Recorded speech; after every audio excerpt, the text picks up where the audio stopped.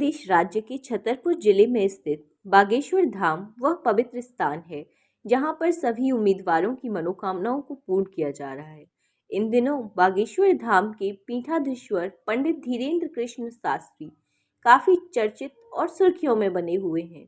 नागपुर विवाद के कारण पंडित धीरेन्द्र कृष्ण शास्त्री जी के देश से लेकर विदेशों तक चर्चित हो रहे हैं, जिसके तहत लाखों उम्मीदवारों के चहेते बने धीरेन्द्र कृष्ण शास्त्री जी कई लोगों के निशाने पर भी हैं।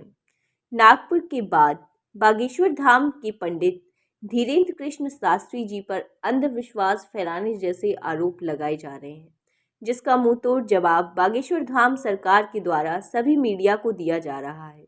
लेकिन इसी बात के बीच एक खास चर्चा की जा रही है। यह चर्चा है कि बागेश्वर धाम के पंडित धीरेन्द्र कृष्ण शास्त्री जानी मानी कथावाचक जया किशोरी जी से शादी करने वाले हैं।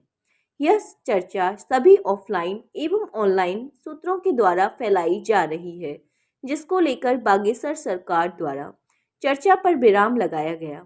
आइए जानते हैं क्या है पूरा मामला। मीडिया रिपोर्ट्स द्वारा प्राप्त जानकारी के अनुसार जानी मानी कथावाचक जया किशोरी जी से शादी करने वाली चर्चा पर सोशल मीडिया द्वारा इस संबंध में बागेश्वर धाम के पंडित श्री धीरेन्द्र कृष्ण शास्त्री जी से कई प्रश्न किए गए हैं, लेकिन शादी वाली चर्चा पर पूछे गए सभी प्रश्नों के जवाब देते हुए बागेश्वर धाम सरकार द्वारा स्पष्ट तौर पर कहा गया है कि ऐसी कोई बात नहीं है और सोशल मीडिया पर चल रही सभी खबरें पूर्ण रूप से फेक हैं।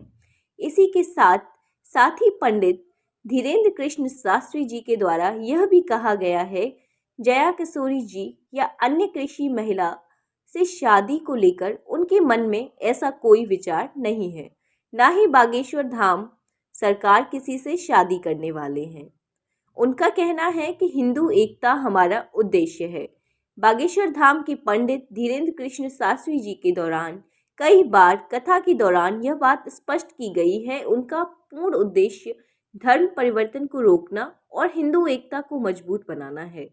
बागेश्वर धाम सरकार द्वारा यह बात भी साफ कही गई है कि उनके मन में शादी को लेकर अभी कोई विचार नहीं है। उनके द्वारा स्पष्ट रूप से यह बात कही गई है कि हमारा मुख्य उद्देश्य हिंदू एकता को मजबूत बनाना और धर्म परिवर्तन को रोकना है एवं सनातन धर्म को बढ़ावा देना है। यह बात उन्होंने मंच से कही।